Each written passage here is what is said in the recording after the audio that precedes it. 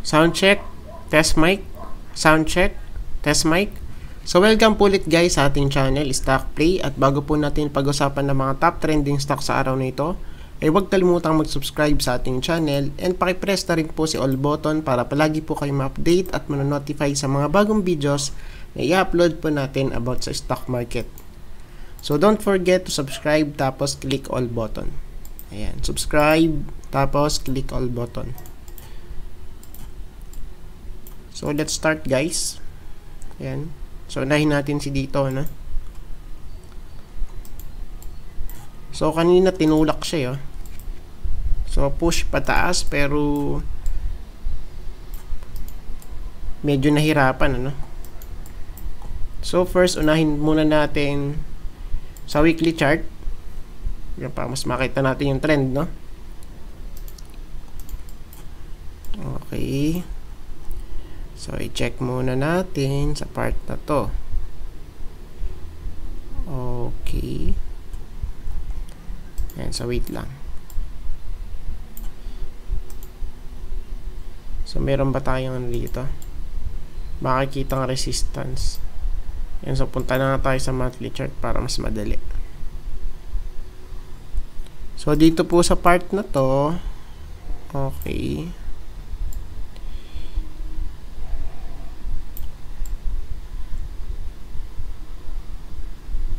So, ito na yung previous touch niya. Nung peak nung 2006, which is around sa may 16 pesos. Okay? So, since nag-pump nga po, diba? So, this is a pump. Kung titignan natin yan. Ayan, sa daily chart. Okay? So, pump siya. Diba? Pero, sa part na to, kung titignan natin, medyo nag-sell off na guys, no? Ayan. So, hindi naman palagi kasi na okay, pataas ng pataas yan, no? So, para yung spaghetti. So, merong pataas at merong pababa, no? Since siya po ay fresh breakout. Okay? So, remember po, pagka fresh breakout, so normal po yung pagkakaroon siya ng pullback, no? So, breakout, then pullback guys. O yan. So sa part na to, so possible din po na makabalik tayo dito sa may support, no? So yung support natin is nasa 14.8 pesos or sa 14.75. Ayan, tapos meron tayo ditong gap up, no? Gap up since nag-breakout po siya. Ayan. So, breakout. Tapos, medyo nag-sell off sa part na to. Okay. So, tignan natin ano bukas kung siya po ay magkakaroon ng throwback dito. Ayan. Sa may ano natin. Significant support. Ayan. So, this is a support and resistance flip, ano? So, yung dating resistance po is magiging support ngayon. So, ito nga po siya. Si 14.8 to 14.6 pesos. Ayan. Ayan. So, mahaba kasi week dito. Oh. Okay. So, sign of weakness pag gaganon guys. Ayan. So, marami nagbebentahan dyan sa part na yan. Ano? Tapos, okay. So, tingnan natin sa 1 hour time frame. Ayan, so nagkabusan siya, no? Yung sa last 2 hours niya. So, bali rito, i-check natin kung meron tayong trend line. Meron ba tayong trend line? So, i-check natin. So, dito guys, meron sa baba, ano? Ayun, sa may support nga natin, which is around sa 14.7, ano? Pesos. So, series of touches to. 1, 2, 3, tapos ito, 4. Okay? So, 4 to guys. Ayan, 4. Tapos, meron pa ba tayo? So, trend line. So, just in case, no, meron pa. Meron pa ba? So, check nga natin ito.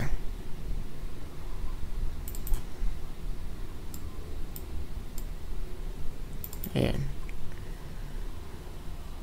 So, dito guys, meron ano.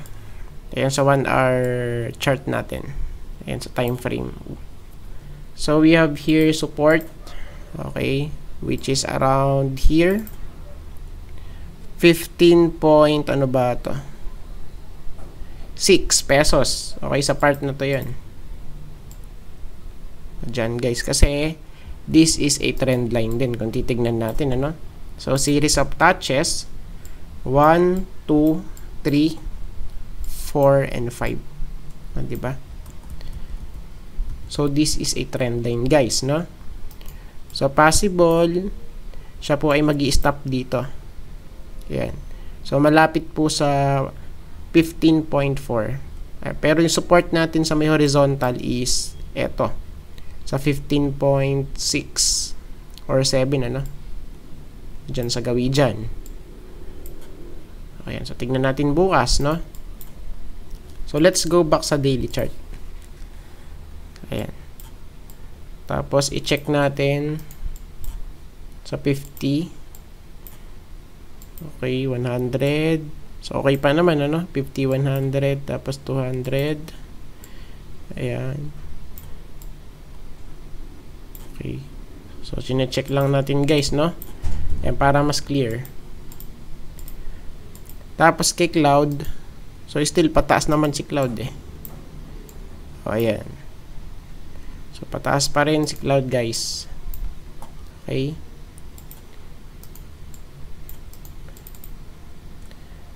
Tapos sa indicators, so i-check natin dito. So, siya po ay nag-flip na, no? At siya po ay nasa support na ulit right now. So, supposed to be dapat mag-hold dyan, ano? Ayan. So, this is a significant support. Ayan. So, tignan po natin kung mag-hold dyan sa part na yan, ano?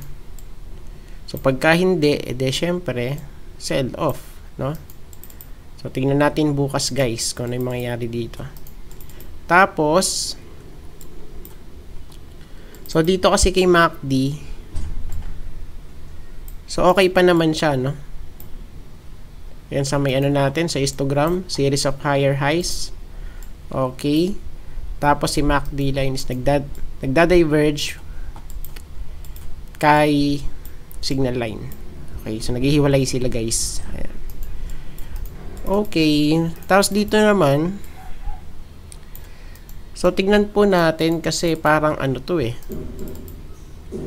So kung si histogram is magpiprint out ng lower high, okay, sa part na to, and so possible kasi ano to eh, bearish divergence, ano? So hindi po natin sinasabi kasi wala pa naman eh. So we have here, okay, so possible lang po, ano? So, just in case po na siya po ay mag-print out ng lower high dito sa histogram, ano? So, this is lower high. Okay, high. Oops, wait lang. High, lower high. Okay. Tapos, so, sa price action, so, we have here, ayan, no? High, higher high guys. Okay, so let's see. So hindi ko po sinasabi na magpe-play out si bearish divergence, ano? So possible lang po together with eto guys, kay RSI, no? So this is a lower high guys. Okay, high tas lower high. Okay, parehas lang, ano, kay MACD. So tingnan natin guys, ano? So, possible din kasi. So, lahat po ng possibility sasabihin natin dito para ano tayo. Para aware tayo guys. Ayan. So, dito naman, so, huge sell-off guys. Very obvious po. Ayan. Diba? So, sana masustain, ano? Ayan. Pagka kasi hindi na-sustain yan, So, possible nga na mag-play out si bearish divergence. Ayun. So, tingnan natin, ano? Tapos, so, dito naman, okay. So, i-move natin ng konti.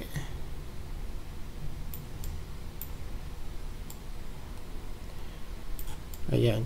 So, dito po sa trend line natin, ay sa volume, so, possible nga na magkaroon pa ng sell-off kung di po siya magbabounce or mag-hold dito sa may, ano natin, support, no? Ayan. So, excuse at medyo busog. Ayan. So, dito guys, o dyan, sa may trend line natin, ano? So, possible nga. Possible guys, possible. So, tignan natin bukas. So, supposed to be dapat siya po ay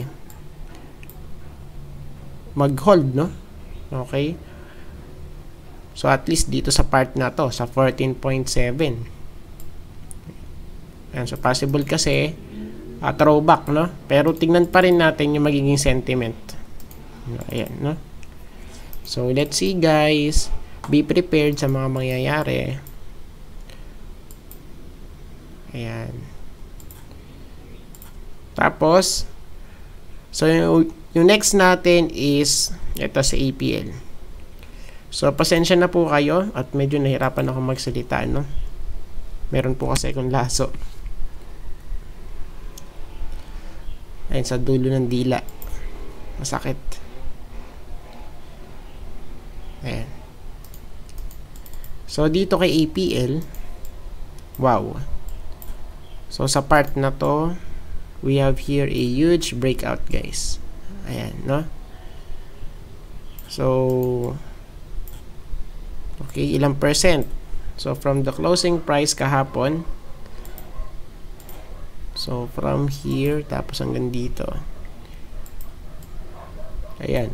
So, almost 18%, guys, no? Okay, so since this is a retest, ayan, so tignan natin bukas kung ma-fill na si gap down, ano? Ayan. So, eto po si gap down, guys. Gap down, ayan na.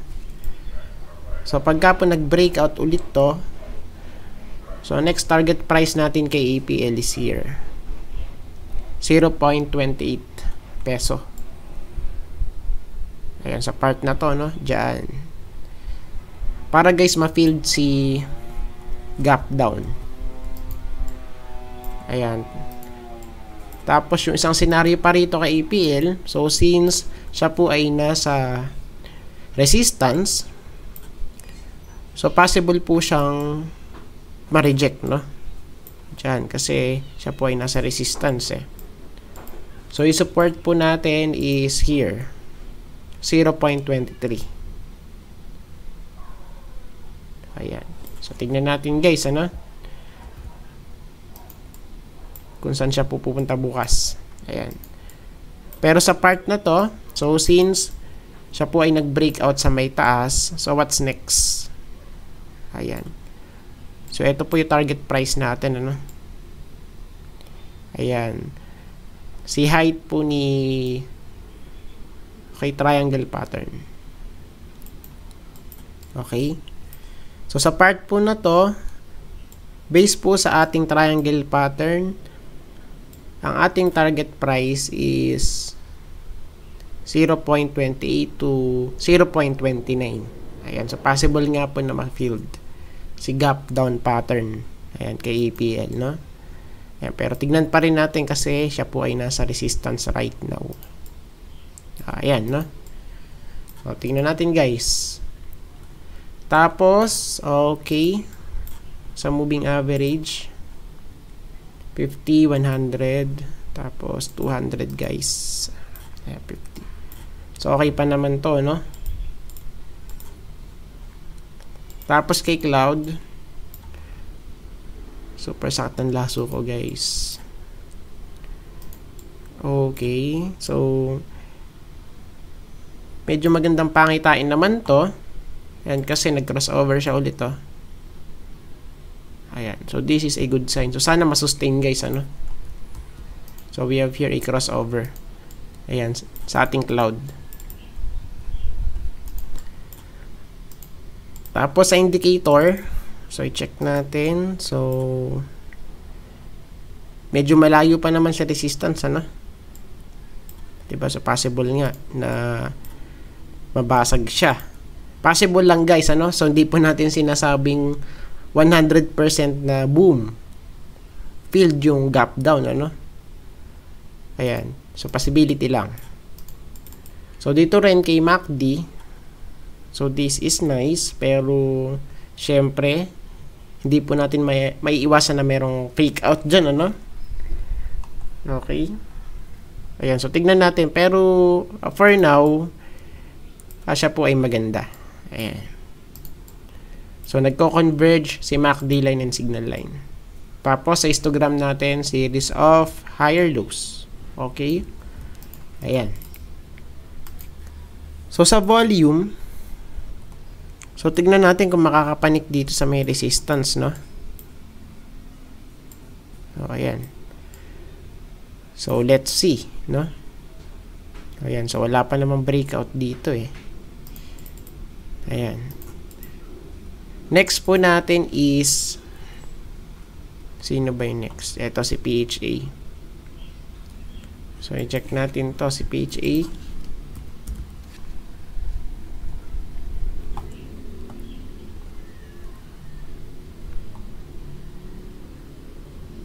Okay, PHA.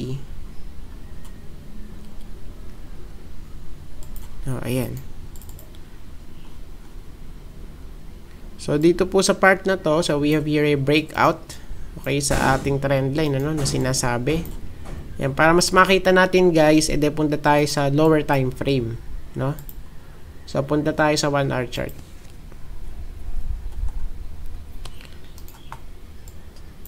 So, pagka chinek natin dito, ayun, so nag-breakout dito sa ano natin, ano? Sa rising wedge pattern. So, meaning po na to guys, okay? So, possible mag-ano ulit to. Magpa-pump ulit. Ayun, so nabasag eh. Si rising wedge, no? Ayan. So, dito po guys, so, yung support na natin is, so mag-adjust tayo ng support, no? Ayan, kasi nag-breakout eh. Support is here. 2.85 pesos. Okay. First support natin yun, ano? So, malapit sa may trend line. 2.85 pesos. Tapos, yung resistance natin is nasa dito. Sa 3 pesos, guys. Ayan. So, tignan natin kung magpa-pump to, no? Pump. Diba? So, kung magsisiling to, pwede, tignan natin, ano? So, from here, sa may closing price. O, ayan. So, si PHA, so, 13% lang yung kailangan niya para siya ay makapag-retest dito, no? Sa 3.3 pesos. Ayan. So, what if kung siya ay magsisiling play? Hindi, syempre 50%, no? So, super taas nyan, guys. Ayan. Medyo malayo. Okay, kung papansinin natin. Diba? So, dito na yan. Sa may 4.4 something. 4.4 pesos. Okay? Pero, syempre, sa ano muna tayo? Sa makatotohanan muna tayo, guys. Ayan. So, yung first resistance, so, dun nga sa may 3 pesos. Tapos, yung second resistance natin, 3.3 pesos. Okay? Sa 3.3 pesos, guys. Dito po yun. Ayan, sa pinaka-itok-tok. So, tignan natin to, no? Ayan, kasi kung titignan natin, ano to, oh. So, siya po ay nagkikreate ng cap pattern, no? Ayan. So, balik tayo sa may daily chart. O, ayan guys. So, diba? So, siya po ay pa-curve. Okay? So, parabola. Opens upward.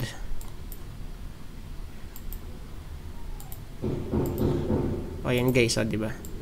Okay? So, parabola yan. Cap pattern guys. No? So, this is a big cap pattern.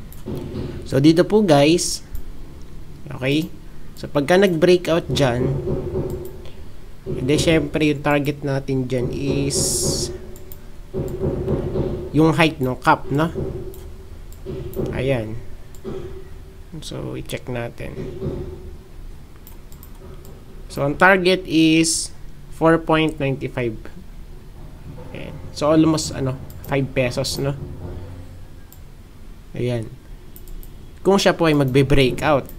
Right? Ayan. So, since wala pa naman, kaya don't expect too much, no? So, mahirap mag-expect. Baka tayo masaktan, no? So, kaya tayo nasasaktan dahil mahilig tayong mag-expect. Diba? So, dapat, chill-chill lang guys, no?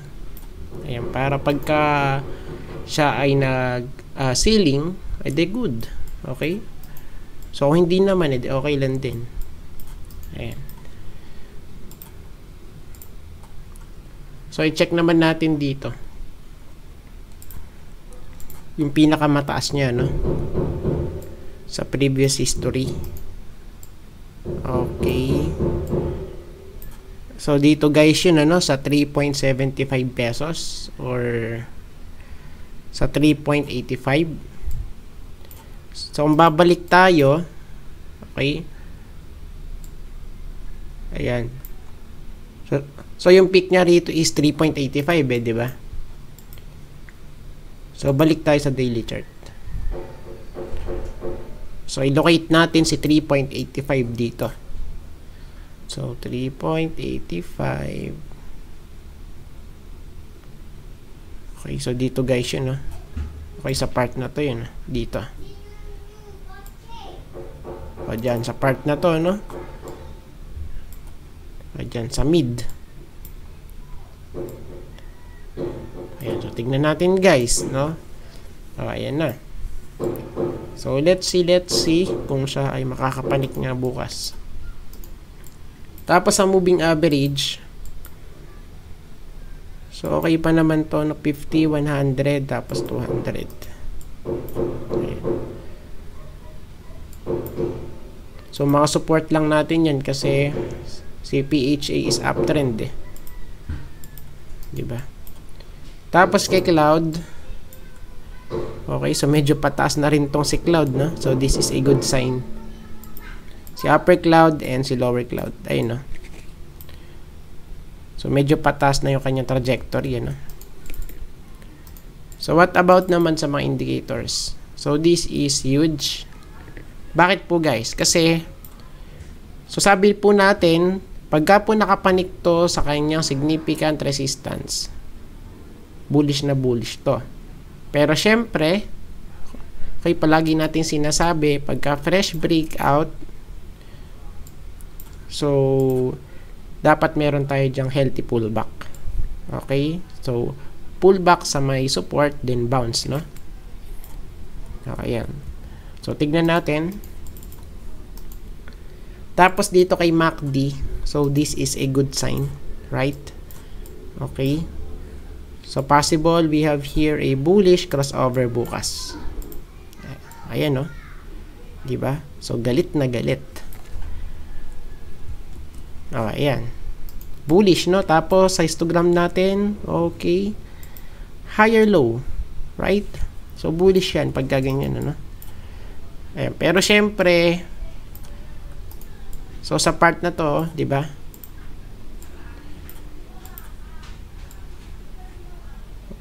So, we have here a crossover, pero, hindi po siya na-sustain, ano? Ayan. So, medyo nag-sideways sa part na to.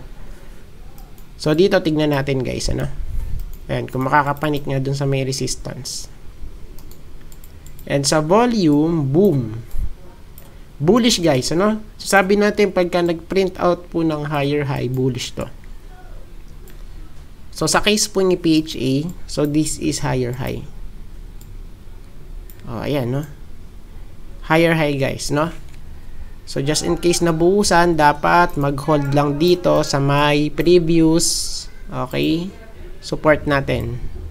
Which is around here. Or sa case, sa may previous resistance pala natin, ayan. So, dito guys yun, ano? Ayan. So, tignan natin guys, no? This is very huge. Ayan. So, still, meron pa rin po itong demand, no? Si PHA. Ayan. So, the demand is increasing, ayan. Nahirapan talaga magsalita, guys. Sakto ang laso ko. So, next po natin is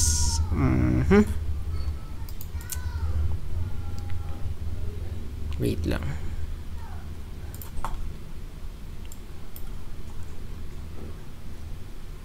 PHA tapos ASEN. Ayan. So ASEN na tayo guys. ASEN. Okay, so i-check natin to.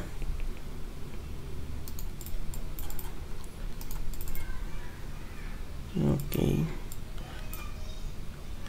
So, si ASEN is nakapanik, pero ayan, so binuhusan din yun. Ah, diba? O, ayan. So, medyo tagilid pa rin to, no?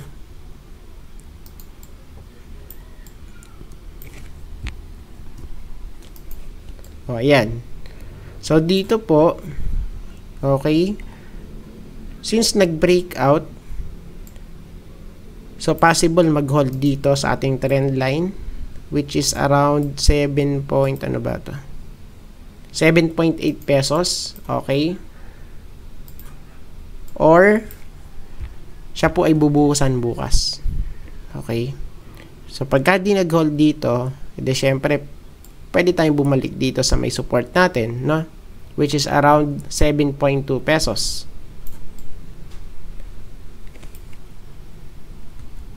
Ayan, so tignan natin, ano? Ayan.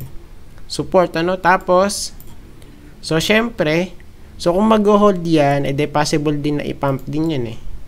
Or itulak pa pataas, ano? So, ang next target price natin is here. Ayan, sa may 8.6, no? Dito, guys. Ayan, 8.6 pesos. Kay ASEN. So, ayan. Tapos, sa moving average, sa ating laso ko. So, 50, 100, tapos 200. Okay. So, okay pa naman, ano? Tapos, cloud. Okay. Medyo flat pa rin kasi si upper cloud, no? Hindi ba? Ayan. So, tignan natin kung makaka-recover siya, no? Ayan. So, medyo mataas yung selling pressure dito, eh. Ayan, sa may 8 pesos, ano? Ayan. Pero tignan natin, baka sakaling mag-hold at itulak pa pataas, ano? Tapos, RSI. Okay, so wala pa po tayo ditong breakout sa ating trend line. Hindi pa rin po siya nakakapanik sa ating trend line, ano? So, tignan natin bukas. So, pagka po hindi, edi sell off tayo rito. Okay, so this is very significant, no? Ayan. Let's see kung makakapanik or siya po ay mare-reject. So, kay MACD naman, so still sideways. Ayan, so medyo sideways si MACD line and signal line. Pero still, pataas pa rin naman, ano? Kahit konti. Ayan. And kay histogram, series of higher highs. So, sana po masustain, ano? So, ayan. So, tignan natin guys bukas. So, this is very crucial kasi sa kanyang sa kanyang trend line. Ayan, sa may RSI, no? Tapos sa volume, so this is a retest for breakout. Ayan. So 50-50 ang paggaganyan, ano? Ayan, pagka binuhusan, de wala. Okay. Ayan, so malalaglag tayo dito sa part na yan. Pero guys, pero pagka nag-breakout dito yan, bullish tayo, no? Ayan. So, tignan natin kung siya po ay magpiprint out ng higher high bukas or siya po ay mare-reject. So, this is a retest pa lang eh. Ayan. So, bukas po yung judgment day, you know? And kay Asen. So, check natin yung bukas. And last, eto si MM. Okay, so last na to guys siguro, no? Hirapan na ako magsalita.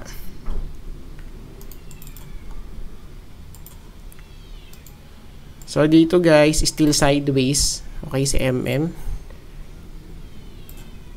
Okay. So, siya po ay tinulak pa pataas pero wala eh. Wali, ano? So, talagang malakas yung ano dito. Selling pressure dito. Yung mga sellers is very dominant. Okay, sa may resistance natin which is around 7.25 pesos. Okay. So, dito yan guys sa ating neckline. Diba? So, sabi natin, meron tayo ditong possible na inverse head and shoulder pattern. So, sa part na to, medyo nare-reject. Ayan. So, tignan natin kung si head and shoulder pattern is ma-invalidate na, no? Ayan. So, possible na buhusan na rin to eh, pagka ganyan, no? So, yung support, 6.7 pesos. Dito po yun, guys. Ayan. Tapos, yung second support natin is here. 6.27 pesos. O, dyan, ano? So, tignan natin guys. Satan laso ko. Ayan. Okay. So, sa moving average, ayan. So, meron tayong confluence dito sa ating 50-day, ano? Ito kay blue line. Ayan. So, support yan. 100. So, hindi pa visible dito kay MM. Ayun. So, si 200 nga pala yung wala.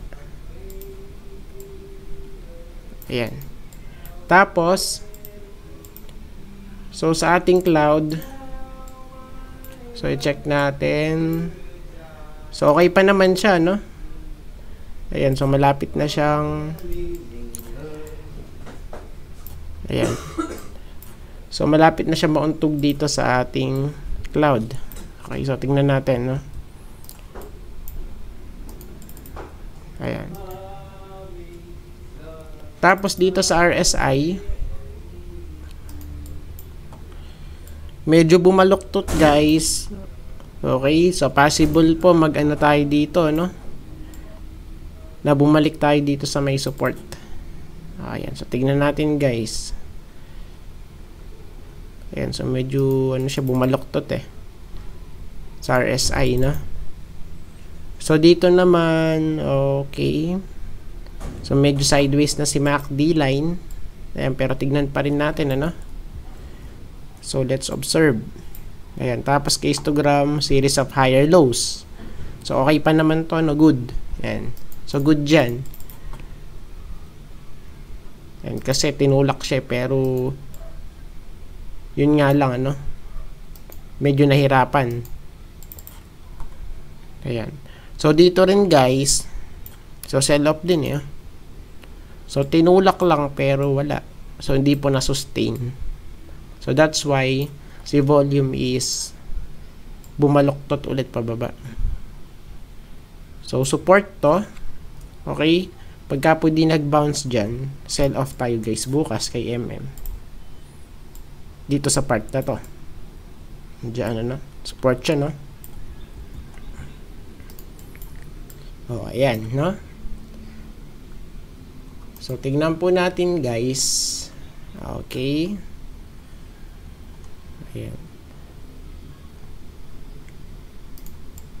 So, sideways kasi rito yung demand, di ba? So, sa part na to, yung demand kay is sideways. Tapos, right now, so, pababa po yung demand dyan, no? Di ba? So, series of lower highs. So, we have here, high, lower high, lower high, lower high. Okay? So, tignan natin, guys, kung siya ay bubuhusan bukas. Ayan. So, I think tapos na po tayo sa ating update sa gabing ito. So, salamat po sa inyong panonood. See you po ulit bukas. Bye-bye!